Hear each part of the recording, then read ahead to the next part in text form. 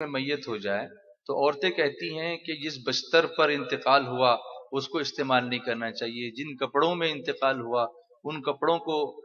استعمال نہیں کرنا چاہیے، یا جس بستر پر انتقال ہوا اس کو استعمال نہ کرو، وہ چادریں اٹھا کے پھینک دو، وہ گدا اٹھا کے پھینک دو، جن کپڑوں میں جن لباس میں انتقال ہوا تھا اب وہ جو ہے وہ ناپاک ہو گیا، اس کو استعمال مت کرو، پانی برتن میں رکھا ہوا ہے وہ پانی اٹھا کے پھینک دو، اور 40 دن تک روزانہ مغرب کے ٹائم پر جو ہے وہ ایک گلاس پانی بھر کے رکھو، میت کی روح آ کر کے پانی پیے گی، پھر وہ پانی جو ہے وہ درخت کی ٹہنی میں یا جڑ میں لے جا کے ڈال دو۔ ایسی یعنی شہروں میں شاید نہیں ہے لیکن کچھ گاؤں سے بہت ساری عورتیں آئی ہیں، ان کی طرف سے سوال ہے کہ ہمارے یہاں ایسے رواج ہوتے ہیں، برتن نہیں پھینکتے، پانی پھینکتے ہیں جی، کھانا پکا ہوا ہوگا تو کھانا بھی اٹھا کے پھینک دیں گے، جس دن میت ہوئی وہ جو کھانا بنا ہے وہ کھانا اٹھا کے پھینک دیں گے، وہ نہیں کھائیں گے۔ تو یہ سب چیزیں کیا اسلام کی روح سے، شریعت کی روح سے جائز ہے؟ ہرگز نہیں، یہ جتنی باتیں ہیں سب واہیات و خرافات ہیں،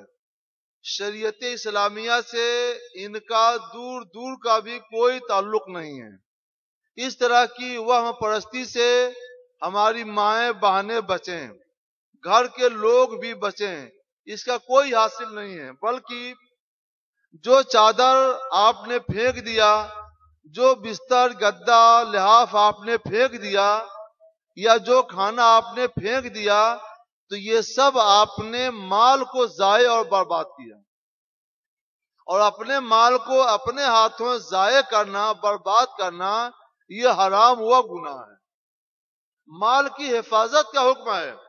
نہ کہ مال کو ضائع اور برباد کرنے کی اجازت ہے۔ لہذا آپ نہ تو وہ بستر ضائع اور برباد کریں، نہ کپڑے پھینکیں، نہ کھانا پھینکیں، کھانا کھائیے دوسروں کو کھلائیے، پانی پیجیے دوسروں کو پلائیے، پانی بھی نہیں پھینکنا چاہیے کیونکہ اللہ کی وہ نعمت ہے، اور بلا وجہ کے لیے پانی کو بہا دینا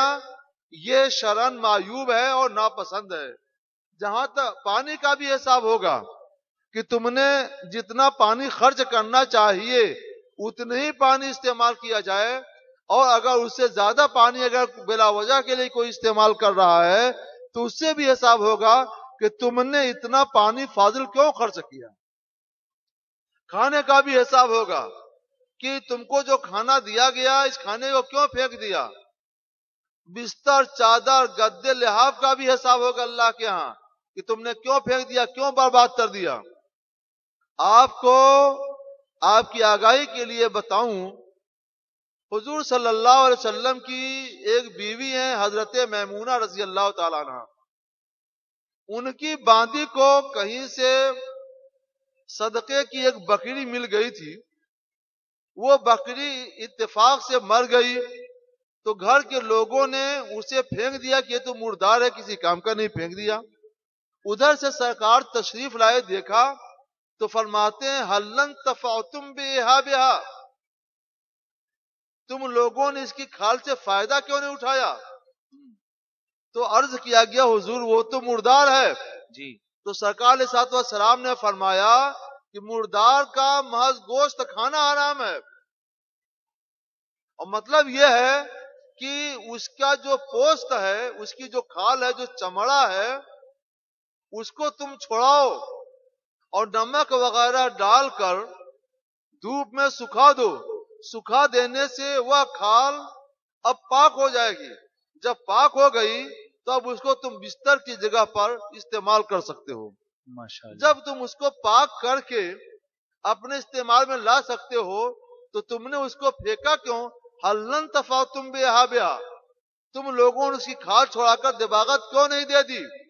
اس کو سکھا کر پاک کیوں نہیں کر لیا کہ اس سے فائدہ اٹھاتے۔ تو جب مردار کی کھال کے بارے میں سرکار علیہ الصلوۃ والسلام نے یہاں تک فرما دیا، حالانکہ مردار کی کھال بھی مردار ہے اور ناپاک ہے، تو پانی جو پاک ہے اس کو پھینکنا کیوں کر روا ہوگا؟ کھانا جو پاک اور حلال اور طیب ہے اس کو برباد کرنا کیسے جائز ہوگا؟ اسی طرح سے بستر گدا لحاف جو پاک اور قیمتی اموال ہیں ان کو ضائع اور برباد کرنا کیوں کر جائز ہوگا؟ یہ سب ناجائز کام ہیں، خرافات اور واہیات کام ہیں، بلا وجہ کی تباہم پرستی ہے۔ اسلام ہرگز ہرگز اس کی اطاعت نہیں دیتا۔ جن لوگوں نے ایسا کر لیا ہے ان پر لازم ہے کہ اس سے توبہ کریں، سچے دل سے توبہ کریں، اس رسم بد کو مٹا دیں، اور جو اسلام کا طریقہ ہے اسلام کے طریقے میں اسلامی زندگی گزاریں۔